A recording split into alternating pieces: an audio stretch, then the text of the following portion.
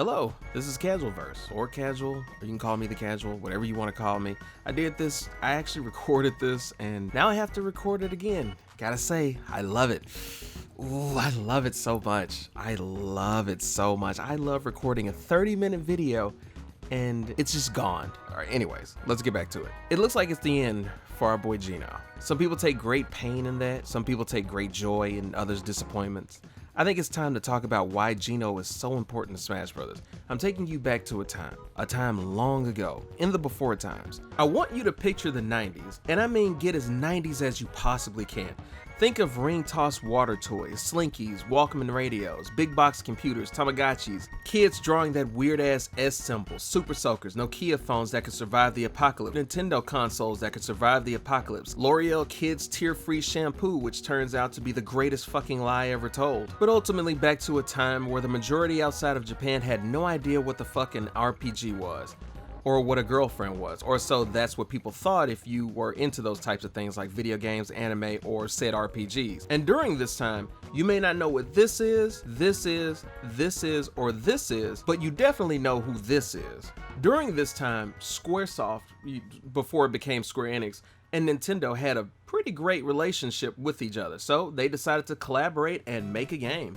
Mario RPG Legend of the Seven Stars, a game till this very day that is still heralded as one of the best RPGs ever made. You what? Mario RPG is one of the major reasons Americans in the West were introduced to RPGs and the East overall in the first place. Mario RPG is that gateway. Mario RPG is one of the strongest prolific bridges that make that possible. Because let's face it, if you're into Xenoblade or Persona, Shin Megami Tensei, Final Fantasy as a whole, even though it was out beforehand, but it still owes it to it, Dragon Quest, Trails of Cold Steel, Bravery Default, and an assload more of series that I can't think of off the top of my head, can all thank Mario RPG for introducing such a young and impressionable audience to the gameplay style of RPGs. Mario RPG, at its time, sold 200,000 copies within the first month, and this was in the 90s. For a relatively small market back in the 90s, that's a crazy amount to sell. That's pre-internet exposure, pre-YouTube, pre-Twitter, pre-Instagram, pre-Amazon, pre-Walmart online, all that stuff. It's pre-easy word of mouth. Nowadays, you can easily find out about something within like the first couple of minutes that something is posted online. This is back in the Stone Ages. An RPG doing this well, I'm not even counting for the fact that if you account for inflation, it does even better than what it looks right there, selling that much. That's pretty damn good. But I want you to picture yourself. You're like 9 or 12, somewhere in that area, and you see this game in the store. You're probably at a Toys R Us back when, let's pour one out for the homie. Toys R Us, we miss you.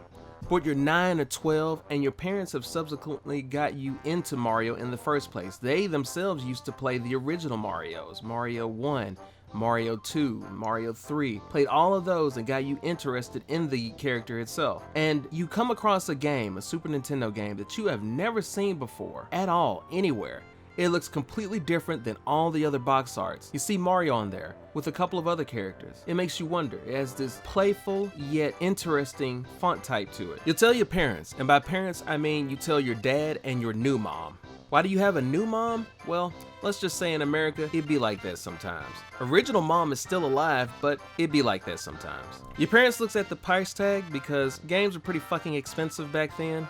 But just so dad isn't outdone by mom, because you tell him, mom would have got this for me. He's like, all right, well, your mother pisses me off, but I don't want to be outdone by her. I'll show her. I'm getting you this damn game. Even though you're like 9 or 12, your psychological judo works. As the store clerk is ringing it up and you're about to leave out, you start reading the back and you're on your way home. Mario returns in this incredible new role-playing adventure. His latest rivals is Smitty, a menacing creature who causes fear and treachery in the Mushroom Kingdom.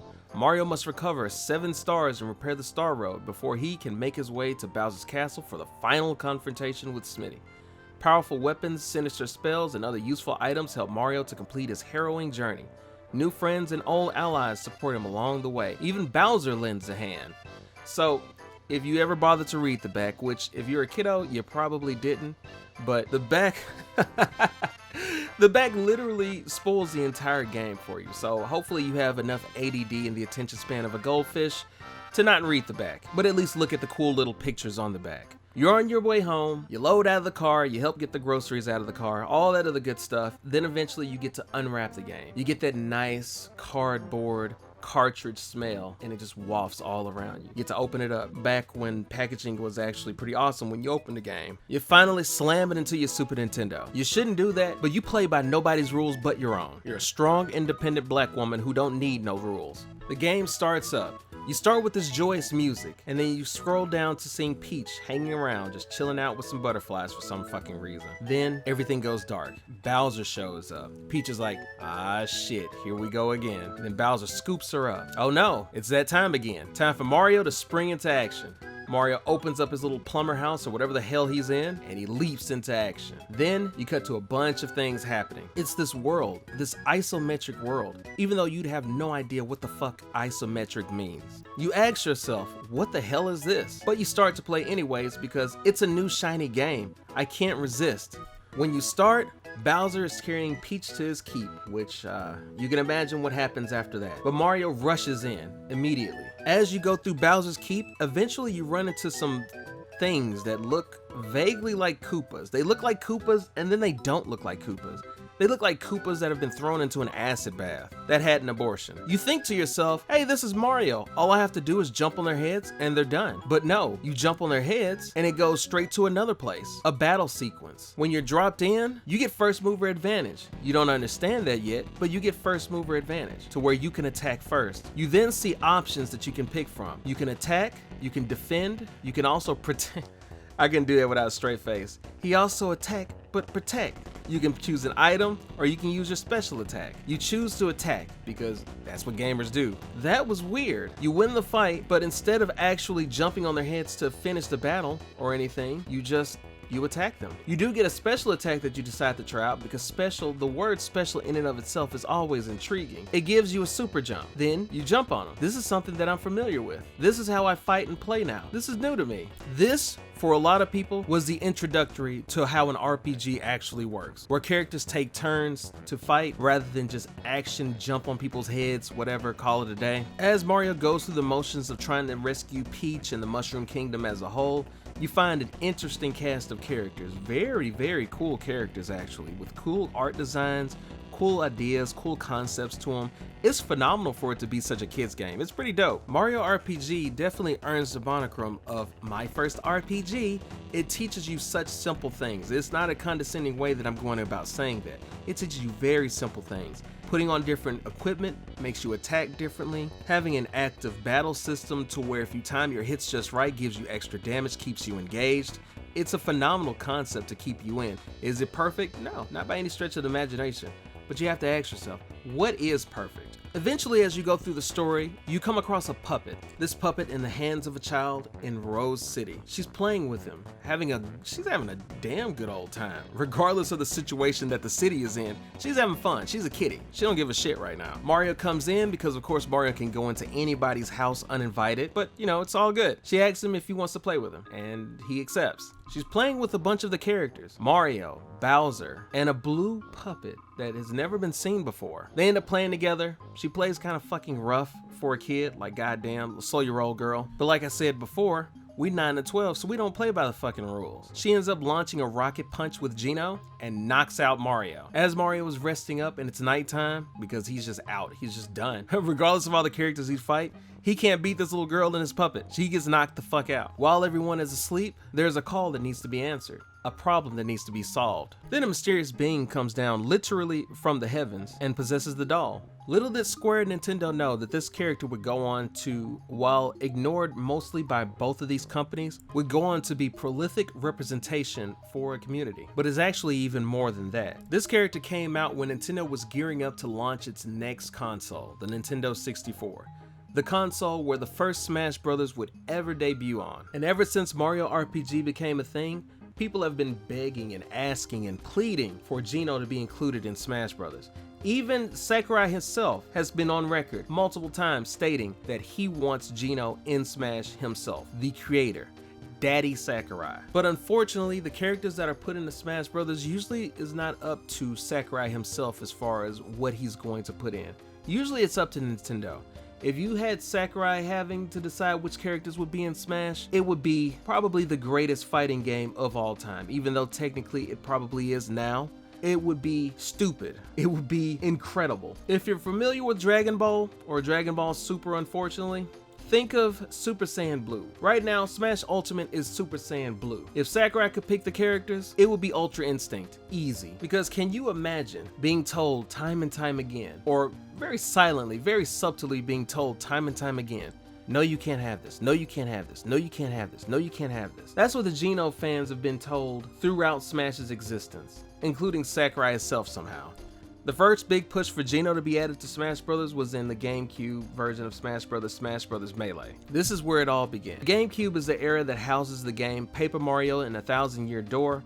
So Miyamoto at this time isn't being a jerk, talking about how the characters need to stay as they are. You can't make up any new characters or anything, so you can't necessarily blame it on him at this point in time. Later is different, not right now though. That didn't quite happen, so we fast forward to Brawl. Sakurai again states that he would love to have Geno in the game, but unfortunately, because Square has a stick up their ass, it just didn't pan out. But Snake and Sonic get in, so that's pretty cool. The core fans of Smash aren't really deterred by this. Mission failed.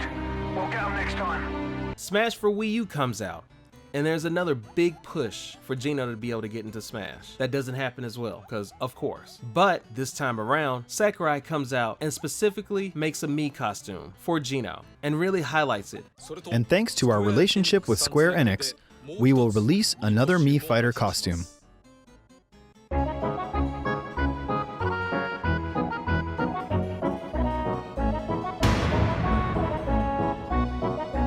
From Super Mario RPG Legend of the Seven Stars, we're adding a Geno Mii Fighter outfit. Like the Mii Gunner, Geno shoots from a gun on his arm, so it's a natural fit.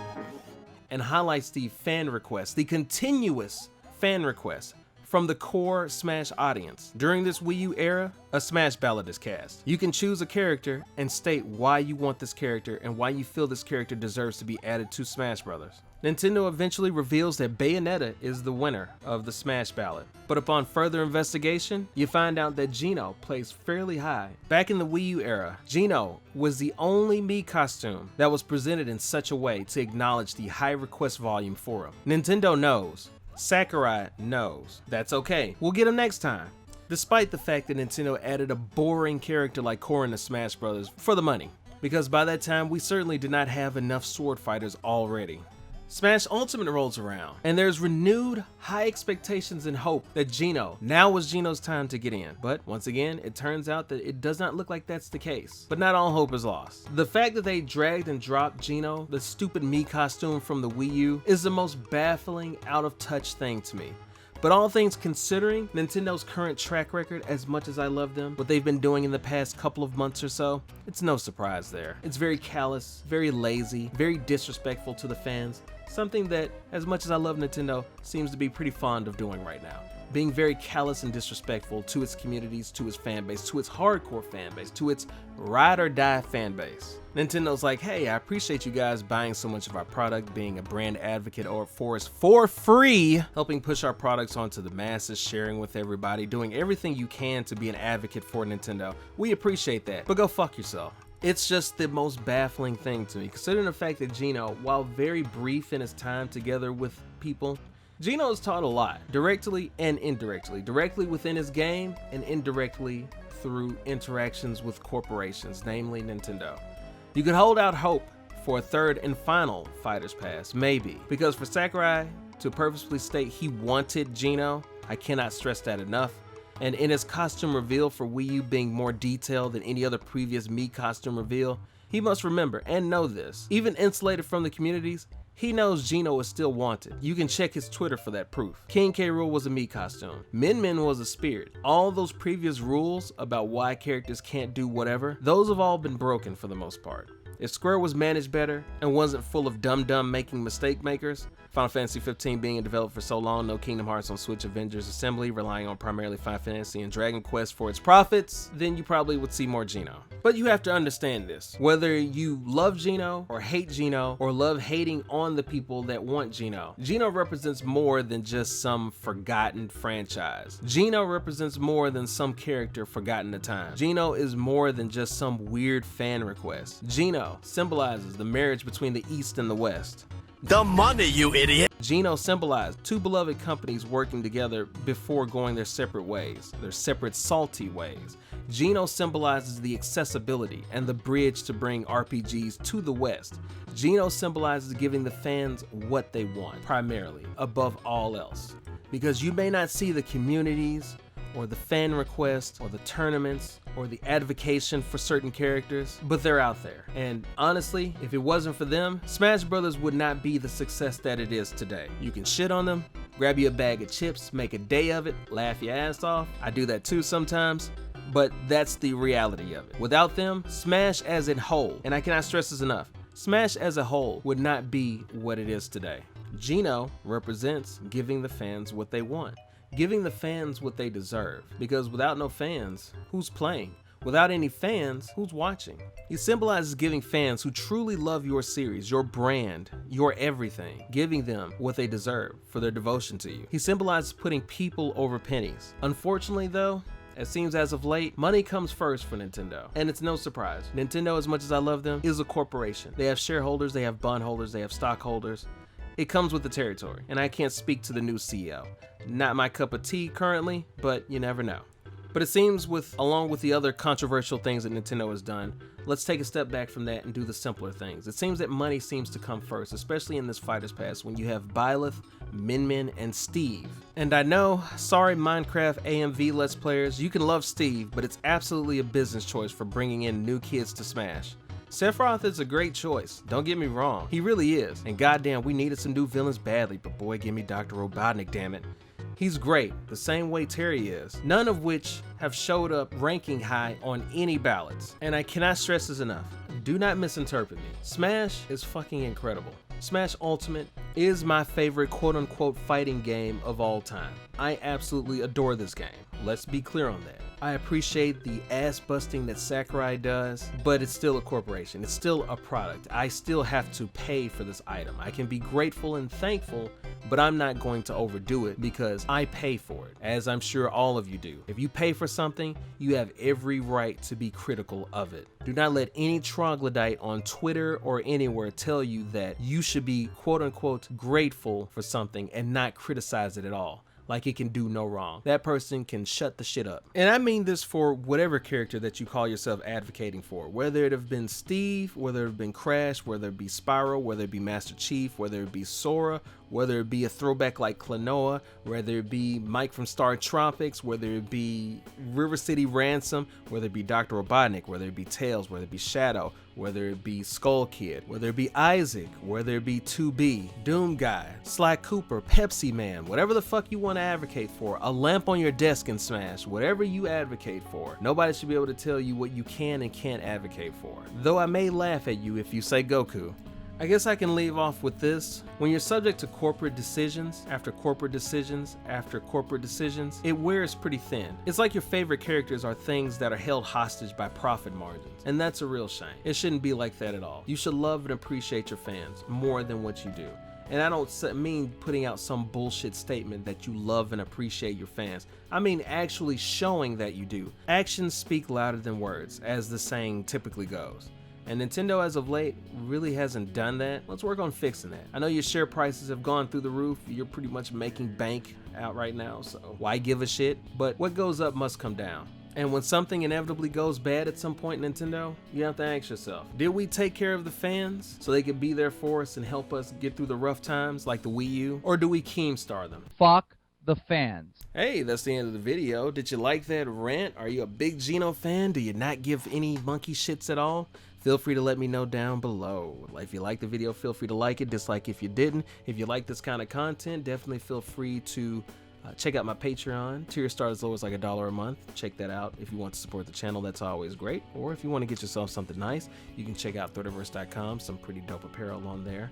Feel free to let me know if you decide to get something. Treat yourself to something nice, because 2020 has been a bitch and a half, and you probably deserve something nice. Feel free to subscribe, and yeah, hope that I get to hear from you guys. Peace. All you ever do is complain.